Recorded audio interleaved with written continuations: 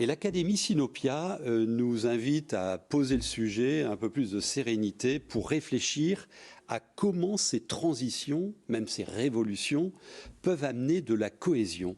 Bienvenue Laura Schob. Alors c'est un peu gonflé parce que c'est complexe là, hein, ce qu'on vit en ce moment, et puis on en rajoute une couche avec la crise de l'énergie, et vous dites on peut en tirer du bénéfice de tout ça. Expliquez-nous. Tout à fait. En fait, on part d'une conviction commune que en fait, les décideurs ont des vrais enjeux de cohésion, multiples et complexes, et qu'ils ne peuvent pas y résoudre tout seuls. Donc nous, notre objectif, face à tout ce qui est en train de bouger, et il y a beaucoup de choses, on va réunir et créer des nouveaux ponts entre les acteurs publics, privés, associatifs et universitaires pour partager les bonnes expériences et trouver des solutions ensemble. Parce qu'aujourd'hui, on n'y arrivera pas tout seul. Le faire corps, hein, être ensemble, c'est effectivement très important. Donc la 3e édition de l'Académie Sinopia se déroulera le 22 novembre prochain à l'hôtel de région à Lille sur ce thème de comment les transitions économiques fabriquent de la cohésion. Mais Sinopia, c'est beaucoup plus qu'un colloque parce qu'il y a une démarche en amont d'introspection, de photographie des réalités rencontrées par tous les corps sociaux d'un territoire. Expliquez-nous. Oui, tout à fait. On a mis en place une méthodologie depuis 3 ans où on fait des ateliers d'intelligence collective en amont, où vraiment on sélectionne les personnes pour qu'elles puissent partager leur expérience. Et à la suite de ces ateliers d'intelligence collective, on donne les résultats, les solutions et les partages d'expériences le jour J. Par exemple, on a un partenaire qui est EDF et on va travailler ensemble sur justement comment accompagner la transition énergétique vers des modes de consommation plus responsables. Donc on va parler de sobriété cette année. On va parler de sobriété, en effet. Et ça, c'était un sujet qu'on avait bien défini en amont de toute cette crise et tout ce contexte géopolitique. Et donc, c'est des vraies préoccupations. On est là pour s'asseoir avec les dirigeants et réfléchir ensemble de comment on peut faire ces transitions de manière plus juste et équitable. Sinopia, c'est un think tank national, mais ça va être la 3e fois que vous plantez votre tente dans la région. Pourquoi ? Exactement. Alors c'est vrai, on a planté notre tente et on compte y rester plusieurs années. On a créé cet événement avec la région Hauts-de-France et Entreprises et Cités.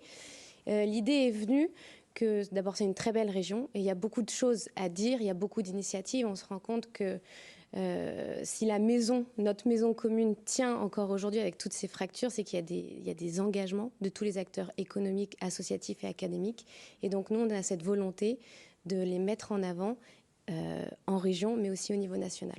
Alors le 22 novembre, c'est donc le point d'orgue de cette démarche qui va durer tout le mois de novembre. Vous avez combien d'ateliers d'intelligence collective là sur Alors on en a une dizaine. Une dizaine. Oui, on très en a bien. Pendant 2 semaines avant l'Académie Sinopia, on va justement les lancer et les solutions seront le jour J et après écrites dans notre vue. D'accord. Et le jour J, un programme très fourni, je crois qu'il y a assez dense. Il y a 7 tables rondes. 7 tables rondes avec une trentaine d'intervenants. On a la chance aussi d'avoir 3 grands témoins, 2 anciens ministres, Madame Muriel Pénicaud et Monsieur Jean-Paul Delevoye. Et le retour. Jean-Paul Delevoye qui revient. Dans sa région. Il est président d'une fondation, lui. Hein. Oui, président de la Fondation des territoires. C'est dans ce sens-là qu'on lui a demandé de venir témoigner, et parce qu'il a quand même une expérience et un certain recul maintenant pour justement parler de ça. Même un recul certain. Ok, alors ça c'est les guests. Voilà, les guests les et stars. le monsieur Patrick Scoffler qui est le président recteur de l'Université catholique de Lille. Et après, on a 7 tables rondes. La première sur les impacts sociaux, la deuxième sur les impacts des territoires parrainés par la région Hauts-de-France, la troisième sur l'engagement parrainé par Entreprises et Cités et tous leurs efforts en région menés. Sur la mobilité aussi, qui concerne, il y a pas mal de sujets en région. Le rôle de l'entreprise qui est parrainé par la Catho de Lille et l'énergie et une conclusion sur comment on voit le monde en 2040. Ouais, je vous disais que c'est pas un colloque, hein, c'est un lieu et un moment de formation aussi. Hein. Exactement, oui. Je crois que c'est indispensable de bien reposer les sujets dans ces turbulences extraordinaires. Quelles sont vos intuitions sur les conditions de la cohésion, de l'indispensable cohésion? Alors, suite aux 2 éditions, on peut déjà dire que la cohésion, c'est comme la confiance. Elle ne se décrète pas. Il faut vraiment la construire, la maintenir et l'entretenir. Ça, c'est la première chose. La deuxième chose qui est fondamentale, c'est l'engagement qu'il faut perpétuer.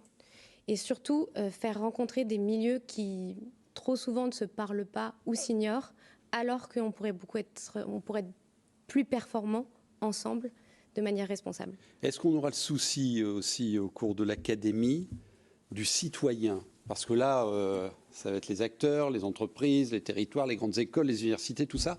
Est-ce qu'on aura le souci du citoyen, en 2 mots? Alors, le citoyen, il est dans toutes nos tables rondes parce que c'est l'ADN de Sinopia. L'intérêt général nous fait vivre, et en tout cas nous fait réfléchir, et ça sera au centre de la journée. C'est gratuit? C'est gratuit. Alors, je redonne l'adresse du site qui s'affiche à l'écran. On peut encore s'inscrire. Bien sûr, vous êtes On les peut bienvenus. encore s'inscrire. Vous, femme engagée là, dans l'académie, qu'est-ce que ça vous apporte, ça? Parce que vous êtes à la connexion permanente avec des gens géniaux, là. En 2 mots, très vite. En 2 mots, c'est un vrai challenge. Justement, mon objectif, c'est de faire parler des gens qui ne parlent pas souvent. Ouais. Ils ont beaucoup de choses à dire. Et justement d'avoir toujours un équilibre entre les universitaires, les professionnels, les associatifs, parce que tout le monde a quelque chose à dire.